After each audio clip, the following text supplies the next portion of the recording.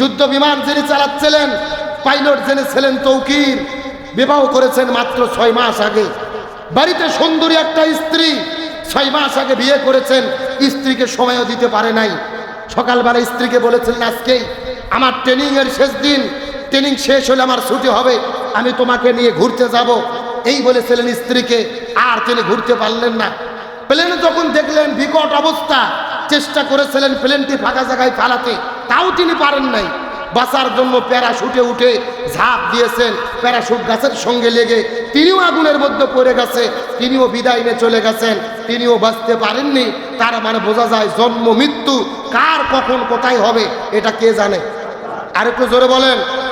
বাংলাদেশের রাজধানীর উত্তরায় মাইলস্টোন স্কুল অ্যান্ড কলেজের ভেতরে যুদ্ধ বিমান বিধ্বস্ত হয়ে অর্ধশত শিশু অগ্নিদগ্ধ হয়ে পৃথিবী থেকে বিদায় নিয়ে চলে গেছেন। ছোট ছোট শিশু বাচ্চারা স্কুলে গিয়েছেন, এমনভাবে বিমান বিধ্বস্ত হয়ে আগুন ধরেছে। ছোট বাচ্চা পুরো শরীর আগুনে পুড়ে চামড়া নেই, তাদের শরীরের পোশাকগুলো গায়ে লেগে গেছেন, স্কুল ব্যাগগুলো গায়ে লেগে গেছেন। ছোট বাচ্চাগুলো আগুনের মধ্য থেকে পুরা শরীর নিয়ে যখন দৌড়ে দৌড়ে আসতেছিলেন, এই ভিডিওগুলো দেখার পরে আর দেখার মতো কোনো সাহস আমাদের ছিল না। এমন একটা মর্মান্তিক দুর্ঘটনা ঘটেছেন। তামাম দেশের মানুষ দোয়া করেছেন, আমরাও দোয়া করি। রাসূল করিম সাল্লাল্লাহু আলাইহি ওয়াসাল্লাম হাদিস শরীফের মধ্যে বলেন, সুনানে নাসাই শরীফের 1846 নম্বর হাদিস, রাসূল বলেন, আগুনের মধ্যে পড়ে অগ্নিদগ্ধ হয়ে যারা বিদায় নেয়, আল্লাহ তাআলা তাদেরকে শাহাদাতের মর্যাদা দান করেন। আর একটু জোরে বলেন। আমরা দোয়া করি সেই উত্তরা মাইলস্টোন স্কুল অ্যান্ড কলেজে যেই সমস্ত শিক্ষার্থীরা আগুনে পুড়ে বিদায় নিয়ে চলে গেলেন, আল্লাহ তাআলা যেন তাদেরকে শাহাদাতের সর্বোচ্চ মর্যাদা দান করেন, বলেন আমিন। এই যুদ্ধ বিমান যিনি চালাচ্ছিলেন, পাইলট যিনি ছিলেন তৌকির, বিবাহ করেছেন মাত্র 6 মাস আগে। বাড়িতে সুন্দরী একটা স্ত্রী, 6 মাস আগে বিয়ে করেছেন, স্ত্রীকে সময়ও দিতে পারে নাই। সকালবেলা স্ত্রীকে বলেছিলেন, আজকেই আমার ট্রেনিং এর শেষ দিন, ট্রেনিং শেষ হলে আমার ছুটি হবে, আমি তোমাকে নিয়ে ঘুরতে যাব, এই বলেছিলেন স্ত্রীকে। আর তিনি ঘুরতে পারলেন না। প্লেনে যখন দেখলেন বিকট অবস্থা, চেষ্টা করেছিলেন প্লেনটি ফাঁকা জায়গায় ফালাতে, তাও তিনি পারেন নাই। বাঁচার জন্য প্যারাশুটে উঠে ঝাঁপ দিয়েছেন, প্যারাশুট গাছের সঙ্গে লেগে তিনিও আগুনের মধ্যে পড়ে গেছে, তিনিও বিদায় নিয়ে চলে গেছেন, তিনিও বাঁচতে পারেননি। তার মানে বোঝা যায় জন্ম মৃত্যু কার কখন কোথায় হবে এটা কে জানে। আর একটু জোরে বলেন। অনেকেই বলতেছেন এই পাইলটের জন্যই এত বড় ক্ষতি হলো। আমি বলবো না, সচেতন অবশ্যই হতে হবে, আমাদের সচেতন থাকতে হবে। তারপরেও অ্যাক্সিডেন্ট করে যখন আমরা বিদায় নিয়ে চলে যাব, আমাদের বিশ্বাস রাখতে হবে যখন যার যেখানে যেভাবে মৃত্যু লেখা আছে ওইভাবেই হবে, এটা কার ফয়সালা। আর একটু জোরে বলেন। সুতরাং এই তৌকিরের স্ত্রী নতুন বধূ পাগল প্রায় হয়ে গেছেন, তার বাবা মা পাগল হয়ে গেছে, ছেলে পাইলট বিদায় নিয়ে চলে গেলেন। আল্লাহ তাআলা শহীদ হিসেবে কবুল করুক, বলেন আমিন। আরো জোরে বলেন আমিন। একটা পরিবারের 3টা সন্তান, 2টা ছেলে আর একটা মেয়ে, একই বাবা মার 3টা সন্তান, একই স্কুলে পড়াশোনা করেন, 3টা সন্তানই ওই আগুনের মধ্যে পড়ে পৃথিবী থেকে শহীদ হয়ে বিদায় নিয়ে চলে গেছেন। একটা বার চিন্তা করে দেখেন তো, আপনার আমার যদি একটা ছেলে বিদায় নিত, সেটাই তো আমরা সহ্য করতে পারবো না। 3টা ছেলে মেয়ে, 3জনই বিদায় নিয়ে চলে গেছেন, বাবা পাগল হয়ে গেছে, আর কাউকে চিনতে পারতেছে না, আর কথা বলতে পারে না, পাগলের মতো ঘোরাফেরা করে। মাও পাগল হয়েছে। 3টা সন্তানের এটা শুধু বিদায় নয়, এটা একটা ট্র্যাজেডি।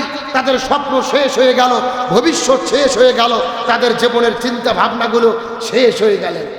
একটা মার ছেলে বিদায় নিয়ে চলে গেছেন, মা কান্না করতে করতে বলে, আমার সন্তান তো রাতের বেলা একা ঘুমাতে পারে না, একা একা তিনি ঘুমাতে পারে না, তিনি ভয় করে আমাকে ছাড়া কিভাবে ঘুমাবে। এই মাটি সন্তানের শোকে কান্না করে করে সেও গতকালকে বিদায় নিয়ে চলে গেছে। সন্তানের শোকে মা বিদায় নিয়ে চলে গেলেন। আজকে আপনি আমি ভিডিও দেখে কষ্ট পেয়েছি, নিজেদের জীবনের সঙ্গে মিল করি। আপনার সন্তান যদি আজকে বিদায় নিত, আমার সন্তান যদি আজকে বিদায় নিত, আমরা কি এটাকে সহ্য করতে পারতাম? এর চাইতে বড় কষ্টের ট্র্যাজেডি আর কিছু হতে পারে না। সুতরাং যেই বাবা মার সন্তানগুলো বিদায় নিয়ে চলে গেলেন, আল্লাহ তাআলা বাবা মা পরিবারকে সবুর করার মতো তৌফিক দান করুক, বলেন আমিন। আল্লাহ তাআলা প্রত্যেকটা সন্তানদেরকে শহীদ হিসেবে কবুল করুক, বলেন আমিন। তার কারণ আমরা জানি নিষ্পাপ সন্তান যদি বিদায় নিয়ে চলে যায়, তারা যদি শাহাদাত বরণ করে, এই নিষ্পাপ সন্তানদের সুপারিশে আল্লাহ তাআলা বাবা আমাকে জান্নাত হিসেবে কবুল করবে। জোরে বলেন সুবহানাল্লাহ। কোনভাবে বিদায় করে দিয়েছিলেন? ওই ইরাকের কুফা-নগরী কারবালার মাঠে, যেই জায়গার ভেতরে হোসাইন রাদিয়াল্লাহু তাআলাকে শহীদ করে দেওয়া হয়েছিল, ঠিক ওই জায়গার ভেতরে হোসাইনকে বিদায় করে দেওয়ার 6 বছর পরে ওই কারবালার প্রান্তরে, ওই কারবালার মাঠে, একই জায়গার ভেতরে আল্লাহ তাআলা ইজিদের বিদায় কেমন ভাবে নিশ্চিত করেছিল। ওই কারবালার মাঠে 6 বছর পরে 10ই মুহররম, তার মানে বোঝা গেল ওই আশুরার দিনেরই ঘটনা। ওই জায়গার ভেতরে ইসলামপন্থীরা সেই সময় যারা শাসন কার্য পরিচালনা করেছিলেন, ইজিদকে কারবালার মাঠে ধরে আনার পরে তার দেহ থেকে কাল্লাটাকে আলাদা করে ফেলা হলো। দেহ এক জায়গায় পড়েছিল, তার কাল্লাটা আরেক জায়গায় পড়েছিল। দেহর উপর দিয়ে উট ঘোড়া দুম্বাগুলো চালিয়ে দেওয়া হলো, আর তার মাথার মধ্যে লাঠিটা ঢোকায়া যেই রকম হোসাইন রাদিয়াল্লাহু তাআলা এর দেহটা ওই দামেস্কে পাঠানো হয়েছিল, তার মাথাটা দামেস্কের মধ্যে পাঠানো হয়েছিল, ঠিক একই রকম ভাবে ইজিদের মাথার মধ্যে, মুখের মধ্যে লাঠি ঢুকায়া তার মাথাটা দামেস্কের মধ্যে পাঠিয়ে দেওয়া হলো। তার মানে বোঝা গেল হোসাইন রাদিয়াল্লাহু তাআলা হকের পক্ষে ছিলেন, রাসূলের পক্ষে ছিলেন। এই দুনিয়ায় দিন কায়েমের পক্ষে থাকার কারণে এই দুনিয়ার মধ্য থেকে শহীদ করে বিদায় করে দেওয়া হলো। তারপরে মাত্র 6 বছর পর্যন্ত তার হত্যাকারীরা জমিনের মধ্যে অবশিষ্ট ছিল। 6 বছরের ভেতরে আল্লাহ তাআলা সবাইকে দুনিয়ার মধ্য থেকে লাঞ্ছিত করে বিদায় করে দিলেন। যারা বিদায় করে দিয়েছিল তারা জমিন থেকে বিদায় নিয়ে চলে গেছে। পুরো জমিনের ভেতরে মানুষের কাছে তারা ঘৃণিত হয়ে থাকবেন, মানুষের কাছে তারা অপমানিত হয়ে থাকবেন, কিন্তু দুনিয়ার ভেতরে হোসাইন রাদিয়াল্লাহু তাআলা দিন কায়েমের জন্য, ইসলাম কায়েমের জন্য দুনিয়াতে জীবন দিয়ে দিয়েছিলেন। হোসাইন বিদায় নিয়ে চলে গেল, কিয়ামত পর্যন্ত হোসাইনের সম্মান, ভালোবাসা মানুষের অন্তরে অন্তরে টিকিয়ে রেখেছেন তিনি কি? আরো জোরে বলেন।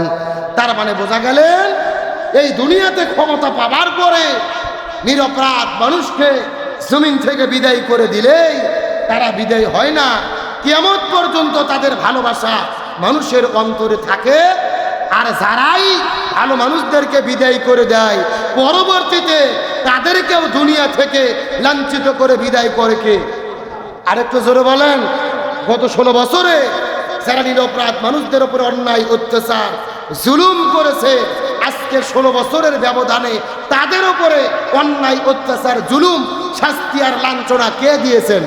তার মানে যুগে যুগে পৃথিবীর ইতিহাস হলো হকের পক্ষে থেকে আপনি জীবন দেন, তারপরেও সম্মানিত হবেন।